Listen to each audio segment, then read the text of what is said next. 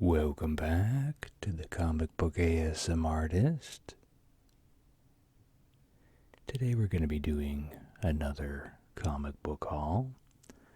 And I didn't go crazy for Black Friday or anything like that. All the money really went towards families' presents and things like that. But I was thinking, and I wanted to do the important thing in the title first because these videos are to relax and put to sleep. I don't want any collectors to miss this. So here's the Error Misprint book that I found, which I had previously stumbled upon in the video, but I didn't realize it until I was reading my stack of books I was trying to get current on. So it is the Batman Adventures Continue Season 2, Number 5. This was my cover. I don't know, check yours too. It could be the other cover, and I have a normal one to show as well. But inside is the book. Soul Plumber has part of it in here. And I didn't even realize it, and I'll link the video too and the timestamp of when I looked at this, but I thought it was just like a flashback or a memory or something. But as soon as I read that swear word there, I was like, okay, this is not a Batman animated book. So we continue on here. It's several pages. And if you guys know about how pages are put in here, it's not just these pages too. It's not just the front ones. I'll show you the later ones as well.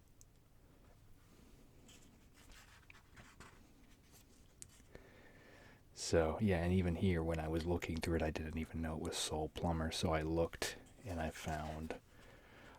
searched the name of the device, the Soul Sucker or whatever. But yeah, this is printed in a book with a Batman animated thing on it. So they're lucky I got it and not like, someone who was offended who was giving it to their kids or something like that. So, but yeah, it's got it there. And then it proceeds into the normal Batman animated. Just like normal. And this isn't even the start of this book. So the misprint impacts the story. And then in the back, it continues on. Here's the Batman animated. And then starting here, we turn the page. And yeah, I searched the spirit plunger there on Google, and then it brought up Soul Plumber for me. So yeah, so this is a book with pages from a mature rated book in a teen rated, but it's animated Batman, so practically almost all ages that has that in it. So quite the production misstep for DC. And like I said, they're lucky it was me that got it and not someone else. The same thing, they repeat it there and there. So they say that horrible phrase 3 times in this Batman animated marketed book. So they're lucky I got it, not someone else. So check your stuff, check that. You might also want to check your Soul Plumbers as well, maybe. But here's the copy that I found of Soul Plumber. I actually just found this yesterday. This is the blacklight cover. And even so, it's not even the start of this book. It's a couple pages in, because this isn't. See, it starts a few pages into this. It starts, where did it go? I don't even know. Maybe here. Yeah, it starts here. This is where those pages started to be inserted in, and then it's the rest of these all the way through till they have their dialogue at the end. So pretty crazy. Goes through, and then this is where it wrapped up in the other. So that's the Soul Plumber book. And then here's a normal non-variant cover of Batman Adventures Continue number 5 with the normal pages. So yeah, kind of crazy. And it is a teen rated book. But, you think Batman animated, it's potentially all ages, so kind of crazy. Check your stuff. I don't know that I have the only one. I looked online and no one else has mentioned it. So, and I showed the shop owner too, and he checked his other copies, and they weren't like that. So I don't know. Next, I want to spotlight an indie guy here, Chris Tomasma. He's a Facebook friend of mine, and he had a little one-shot that he did. I would say more promotional than a full story, because the Daring Diamond thing is really a few pages here. This is his style here, which is kind of more chibi. He does try to toy with his style a bit, but this is, I'd say, the one he's the most comfortable with. He's kind of got imposter syndrome like I do, but I mean, he at least continues to produce. I even have difficulty trying to produce, so I got to give him props for that. So, but yeah, this is his character Clarity Girl that he created before. So this is the Daring Diamond, yeah. And basically, this is the story of her origin here. So I don't want to show the whole thing off, but it's a little short story. And then the later part is a sample of his other book that he worked on here, Base Force. I could have sworn that they had like a title page to it in there too, but this one came out a while ago. This was actually like a smaller graphic novel. It's pretty good, and he's got another one coming out. There's a email list you can join. I'll leave a link to that too. Support our independent creators and friends here. So, but yeah, it was surprising too, because the Daring Diamond story has some language in it. So, and he doesn't like to use that type of language and stuff too. But he's like, well, it's the characters and not me saying those things. So, but and then there's a couple other like little sampler, yeah. Base Force there, Volume 1. You can order it there. I'll leave links as well if I can find them, or, type them and get them in there. And then I could have sworn that this was in something else too, but, I'm friends with him on Facebook, so I could have just seen it on there. And then this is what his style looks like, colored in, so. And a couple more little things. So, yeah, Chris keeps working, and I applaud him in his passion. He's definitely into getting more diverse voices in the comics and stuff. So, if you want to support that, support him. Next, we have Detective Comics 1045. Of course, another nice Liber Mejo cover, which I wonder when he's finally going to be done with them. It's crazy that he's still going. So this is continuing on with the weird egg sacs in the sewer, Batman rescuing the new mayor, and just kind of that thread, which it's weird. Like all these Fear State books, like they're telling stories, but they don't really weave together very well. I don't, especially like this, because Batman is, 100% dealing with the Scarecrow in the normal ongoing book, and in this one he's clearly in a whole nother different location, so it's like, okay, but it's whatever. That's just part of comics. It's hard, especially if you've got multiple series with the same character, and it's hard to weave them all together, but whenever it's a big event, you should try a little harder than that. So next one is Legends of the Dark Knight, number 7. This one is fun. It's just a one-off here, and it's about Batman and Azrael inadvertently joining up to fight Ra's al Ghul. So I already read this too. I already read these first couple of books I've been showing off here. So this one, the art style reminds me a lot of Chris Burnham's style. I think Chris is more detail driven, but certainly you can see it in like how the face is and stuff. So, and I'm not sure if that's what he's going for, and some artists don't like it when you compare them to other artists and that sort of thing, but I did enjoy this story. Nothing really consequential about it, but it's just fun to see them join up and, well, kind of join up and fight Raish. So, nice little story there. Next, we have the Fantastic Four Anniversary Tribute.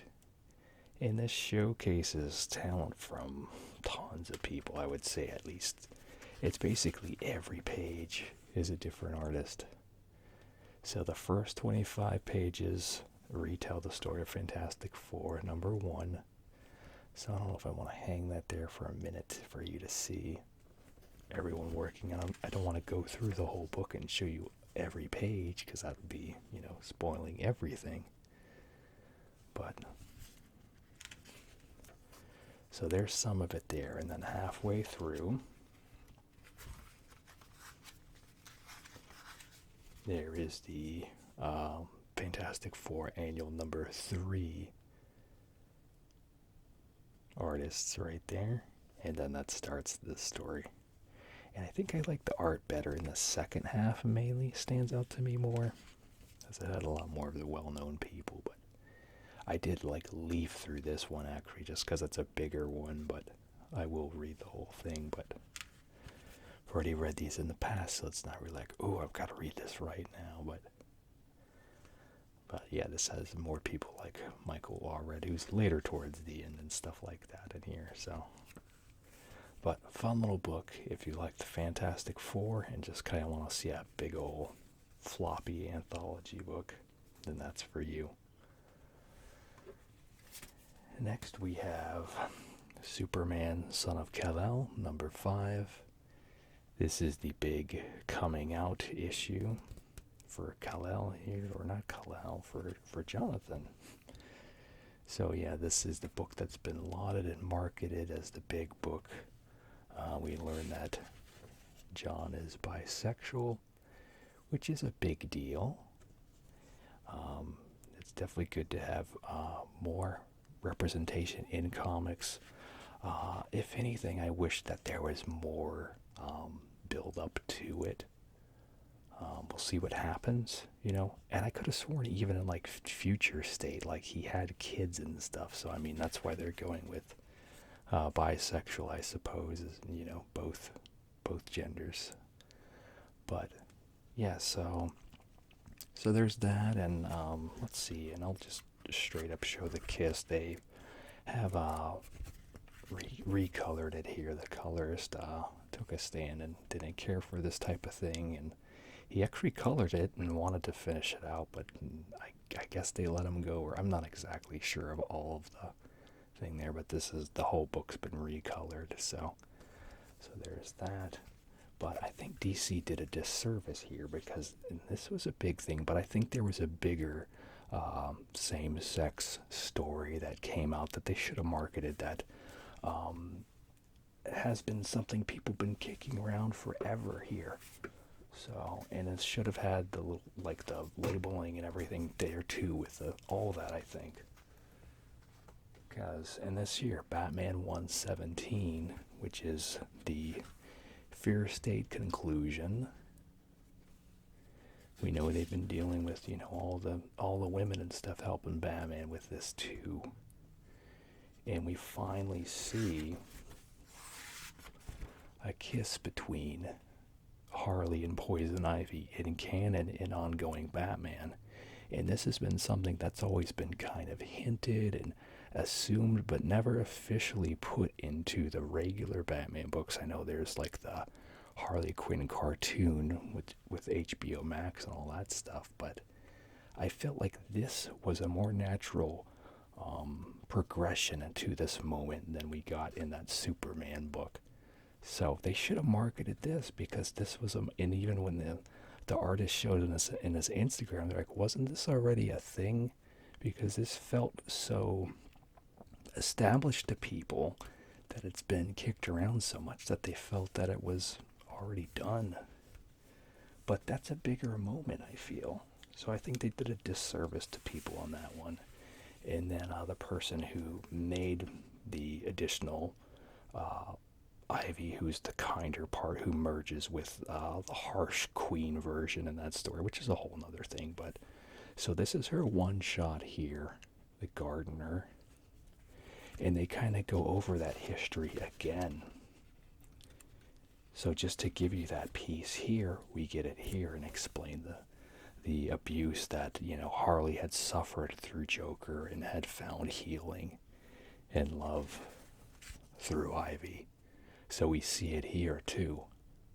But once again, no label, no marketing. These two books, I feel, especially the other one, I think was the first, and this came out this week. The other came out previous week, maybe. But I feel like these tell a better, more natural story towards that moment than, Jonathan is still learning who he is, and, we're still learning more about him too, so I felt like it was kind of sudden to just pull that out, which, I mean, is it happens, in life it happens. We know people that, suddenly have told us that we've known our whole lives or we've barely known, and, so I guess it's kind of representing both moments, a sudden and like a lifetime. So I don't know, but yeah, I like the art in this book a lot too. So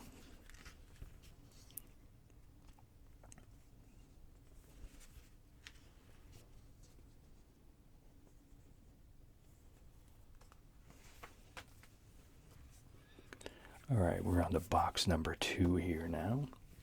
We have Superman 78, number 4. Continuing the Christopher Reeves narrative. So Superman has given himself up, and he is a captive under Brainiac, and then he is actually rekindled with his parents, who Brainiac had also captured and continued to chronicle. So that's an interesting angle. You cannot help but wonder if this really would have been what they had done if they made another Superman movie. Because that's one of those things that, it seems very much in the way of like a comic story, and not so much in the way of movies. Movies usually do things very knee-jerky to propel the story and don't really, walk back or unearth plot holes like this typically. Or not plot holes, but plot opportunities maybe, or just sudden, sudden developments. Saying, oh no, that's actually, you thought it was destroyed, but Brainiac, just kept him and continued on. Next we have Blue and Gold, number 4 of 8. This is just continuing with their exploits, them trying to be, I guess, financially stable, all the while protecting everyone. They've put themselves in a spot where they were talking about, I think, even donating money, and then suddenly Blue Beetle's company that he worked for cut the funding on him, but it was too late. Booster Gold already made promises on air to the people. So, they're trying to keep their head above water, and I'm trying to remember if Booster even already knows that bit. I think he just told them in the last one, if I remember, but it's fun. There's always the nice interaction between them, and it's good to see them. It's been a long time since we've seen them together. So, next we have Nightwing, number 86.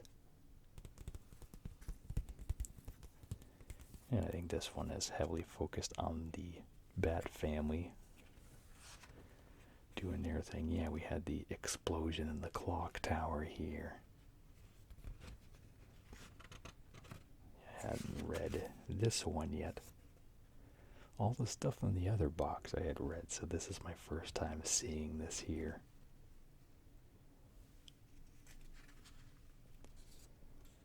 So, and then it looks like, yeah.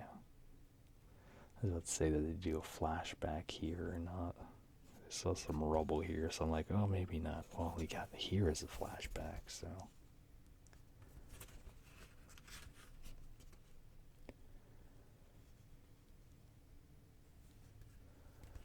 So, yeah, let me know down below. Did you guys get any crazy Black Friday deals? Did you get some new trades maybe? Picked picked up some new books, good sales, something like that, let me know. Said all my stuff just went towards presents, and then I, just picked up my regular things. So we have Batman Reptilian number 6. I think this is the last part. And it's been unique. The art is great. It is, very different, especially at times it's just really different, That's how Liam makes the Joker look and stuff in here. Which you gotta wonder too, like he does different styles, so you gotta wonder if this is his preferred way he'd like to draw people, or if this was just kind of like something pitched as like, hey, can you do like a more frenetic fever pitch sort of story? Can you really play up the angles and, make it and give it that vertigo feel? So gotta wonder about that. So, the continuing teeth line beyond the face and all that sort of stuff. So, basically, really, the last plot development was Killer Croc somehow produced this giant reptile monster that is like picking off and killing people all over the place. And he's just trying to come to grips with it and figure out how it's all possible, since he is seemingly a male, so he's trying to figure all that out. So next we have Catwoman, number 37. A nice Jenny Frisson cover here of Poison Ivy. You're dealing with, I'm trying to remember the name of the witch character that has suddenly been unearthed here. Basically, they had thought they finished her off, and now there's multiples of her. So that's what this is about. It's still tied to Fear State.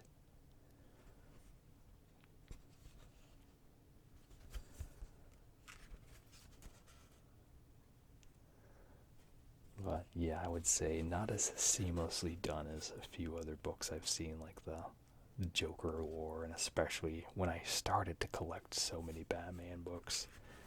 Back when they did the Death of the Family with Capullo and Snyder, way back in the New 52 days. I wonder, I guess this is coming out in December.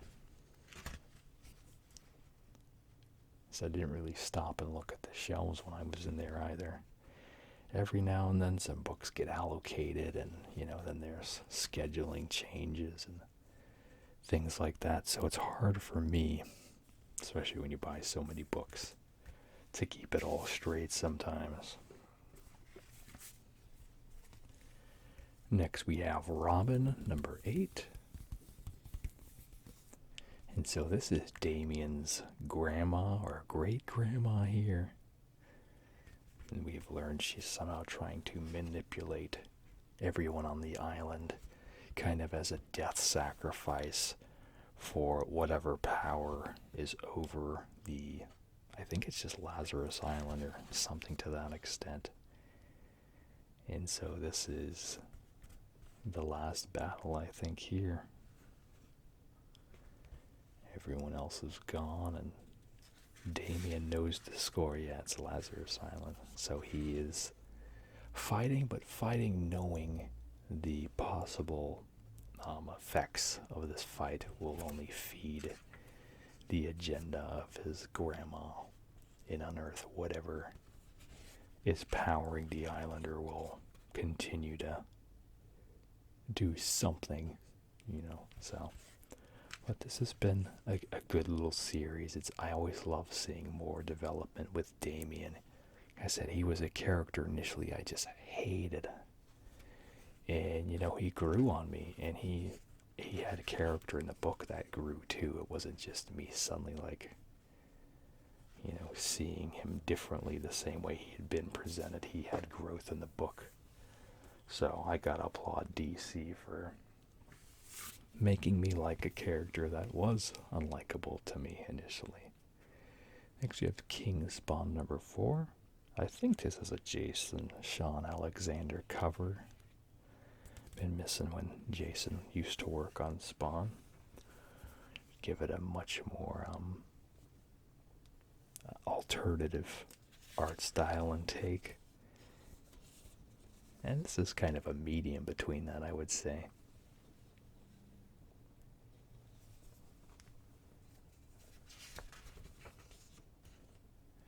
And this is continuing the fight with Spawn versus Billy Kincaid. I'm sure if you know the history of Spawn, you know the importance of Billy. And even so, how he dealt with Billy was how Todd's wife stopped editing on Spawn because he had killed them in such a grisly way.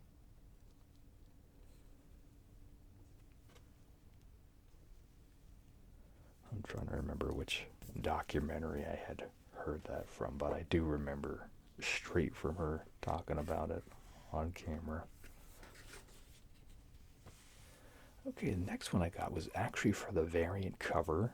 This is a Dan Jurgens variant cover. I've always known him for mainly working on, Superman. He worked on Captain America for a stint in the early 2000s. But there are a few variant covers he did for Marvel. So this is him and Brett Breeding, I believe, inking. Yeah. Which, that's the Death of Superman team right there. So I bought this specifically for the cover. They did relaunch Hulk with Donny Cates. Only thing I'd say is his foot is kind of at a little bit of an odd angle there, but I think it's because of the bulge of the calf here was what we're seeing there. So since Hulk has a bigger leg, the foreshortening isn't how we normally see it. With a hero, it's usually here, and then we see the foot kind of that way, but he's making room for the huge calves, so it's kind of making it a different sort of line than we see there. But yeah, I actually stopped purchasing regular ongoing Hulk. This is a perfect jumping on point for brand new readers, though. This is Donny Cates, and I'm blanking on him now.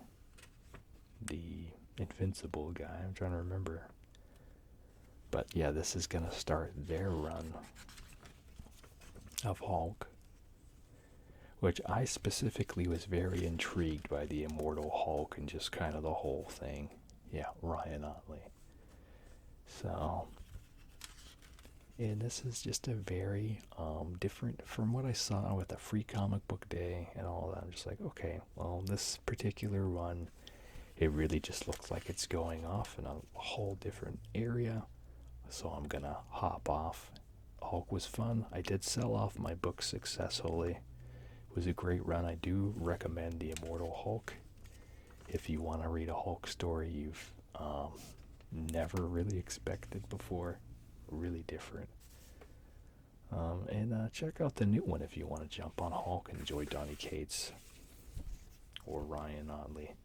So next too, I do buy Spider-Man ongoing, but this particularly at my local shop, I was getting the Jurgens Breeding Spider-Man cover. And yeah, this is the new Ben Reilly Spidey. We kind of see a blending here of the logo on the new suit. And the premise with that is Spider-Man is now owned by the Beyond Corporation, because Peter never, I guess, copyrighted or something his devices he made whenever they had a company, and then it was bought. And so now Ben is the official on payroll Spider-Man, and Spidey himself, Peter, is down with radiation poisoning and probably something else, while Ben is trying to navigate, Spider-Man's normal threats.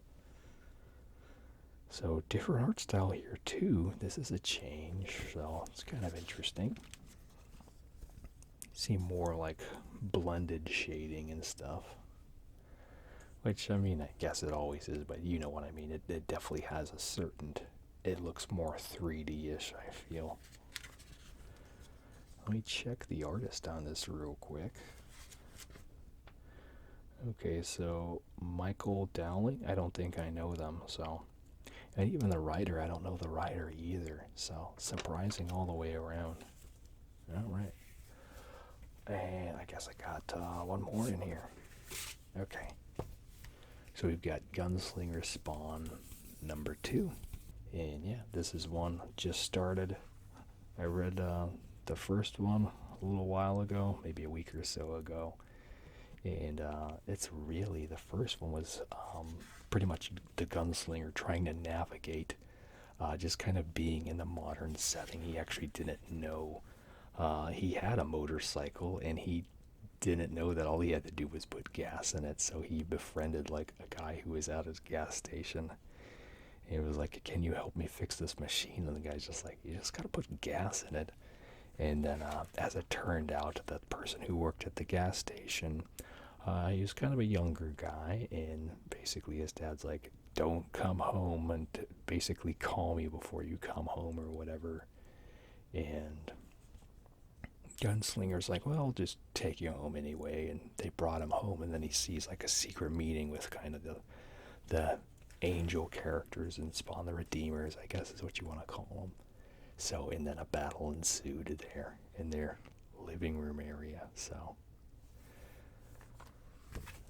yeah, that's what that is. So hopefully you got something cool this weekend. Let me know, of course, down below. Like, a comment, subscribe.